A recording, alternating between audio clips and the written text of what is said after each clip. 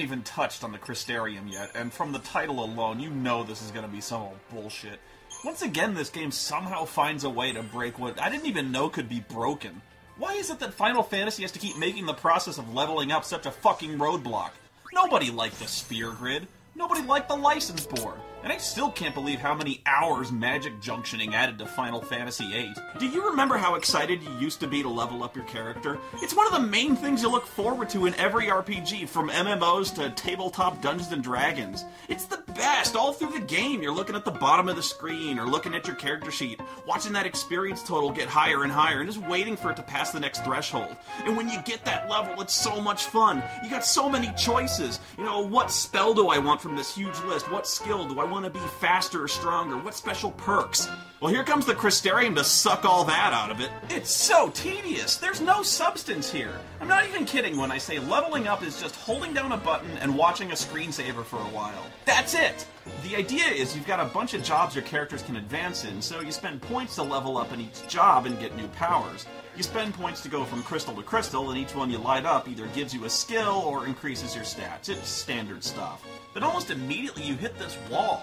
After maybe a half hour of gameplay, you'll go to level up, and wait, I've already maxed out my job? I just got it! Yeah, you'll just be playing normally, and without even really trying, you've maxed out the job you wanted to focus on. In fact, you'll quickly max out all of your jobs, all 3 of them, without even doing anything special. When I first played it, I was really confused. I thought I'd done something wrong. But then you beat the next boss, and oh, now it tells you the Crystarium's expanded. Now the next level of each job's available. Are you fucking kidding me? The game artificially limits your skill progression.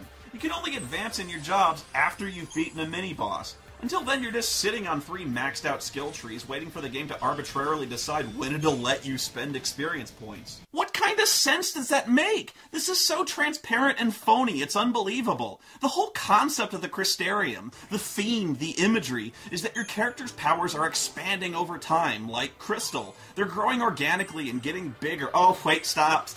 No more growing. You gotta level something else up, or the next boss will be way too easy. If we wanted you to think for yourself, we wouldn't have put you in this hallway with exactly the number of monsters we had planned out. There aren't any choices here! When I first started playing the game, I thought I'd have to strategically plan out what roles each character would have to specialize in order to create a balanced party, right? But no! You'll max out every single role each character has every time before every single boss. Well then why in the fuck did this game even bother showing me the Crystarium in the first place if it's all gonna get filled in anyway? It's busy work. No, you know what? It's not busy work, because there's no work involved. It's holding down a fucking button. But about 20 hours in, things change. You reach Grand Pulse, and the Crystarium opens up so every role is available to everybody. And I have to go on a brief tangent here. This is what I kept hearing when I was playing this game. Oh, about 20 hours in, when you reach Grand Pulse, the game gets good.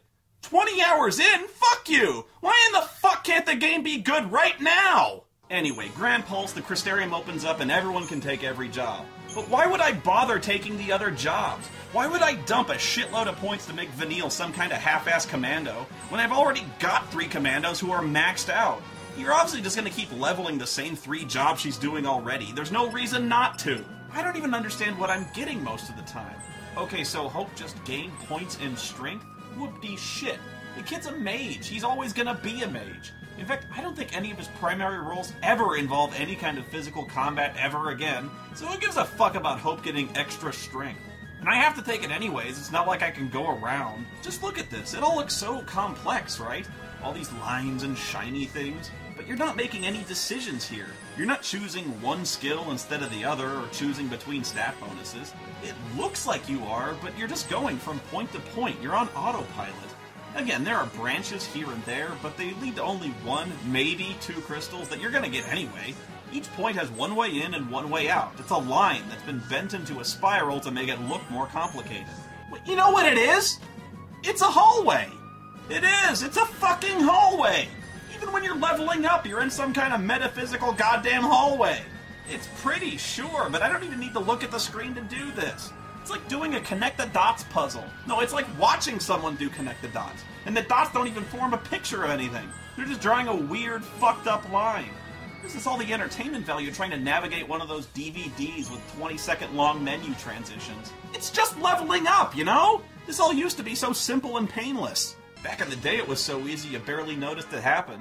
You fight a monster, you gain a level, and it automatically tells you what got better.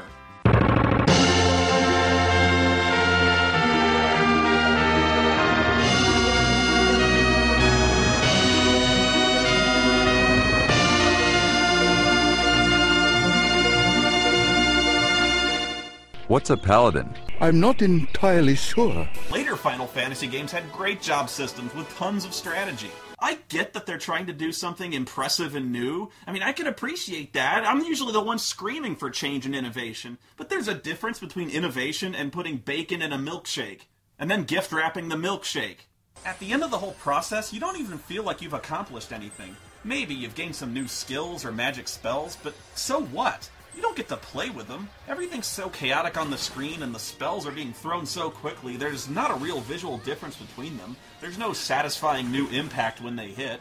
It's just a slightly bigger fireball that you're not really looking at anyway. And you're not even the one playing with it. The game just uses it on its own when it's appropriate. Okay, so that's the Crystarium. Wait. Hang on, I'm confused. What was I just talking about? I've been talking about the Crystarium this whole time and... What the fuck is a Crystarium? Seriously, I want to know. What is this? What the fuck am I looking at? I don't know what a Crystarium is. Is it a real, tangible thing in the game world? Or is it some kind of abstract concept? Where is the Crystarium? Is it in outer space? Are the characters in the game world aware the Crystarium exists and it somehow relates to their powers? I mean, obviously they must know they're getting stronger, but how do they know it's the Crystarium doing it? Are they the ones determining what roles they're getting stronger in and when? How would they know how to do that? Do the characters know when their Crystarium is maxed? And how do they know when it's not maxed anymore? The only good thing I can say about the Crystarium in Final Fantasy XIII is it's not the worst leveling system I've ever seen in my life. The worst would be the Crystarium in Final Fantasy XIII too, because somehow, impossibly, they managed to fuck it up even more. I mean, what in God's name is wrong with you people? I swear I'm gonna find the jizz whistlers who made these fucking games. I'm gonna leave you in the mountains with your asses sewn shut until diarrhea leaks out your fucking eye sockets. Fuck you, Square Enix. Fuck you! Looks like somebody's got a temper. You may be wondering why I don't have a problem with Lightning's Gunblade when I spent so long bitching about Squalls. It's fairly obvious, isn't it? It transforms between a rifle and a sword. It serves practical functions, and it's one of the only things that matches the high-tech feel of the game world. And then there's this. Saz's pistols turn into a shotgun? What? Where the hell did this come from? How does the ammo... How do the guns fit... Ah! I won't lie, I kinda want them. Oh wait, my bad. Snow and Hope did get hurt from their fall off the building. Well, kind of. I guess it makes sense. This fall was way worse than getting ejected from a crashing airplane. My question is, why is Hope the one who's hurt worse, even though Snow shielded him from the fall? Oh, sorry, now Hope's fine and Snow's in the bed with cracked ribs. Who's hurt here? I can't keep up. Whatever, so they've all managed to meet up at Hope's dad's house, where the cops find them instantly. Shit! How is this possible? We covered our tracks so well! I am a pulseless sea! I'm here to kill you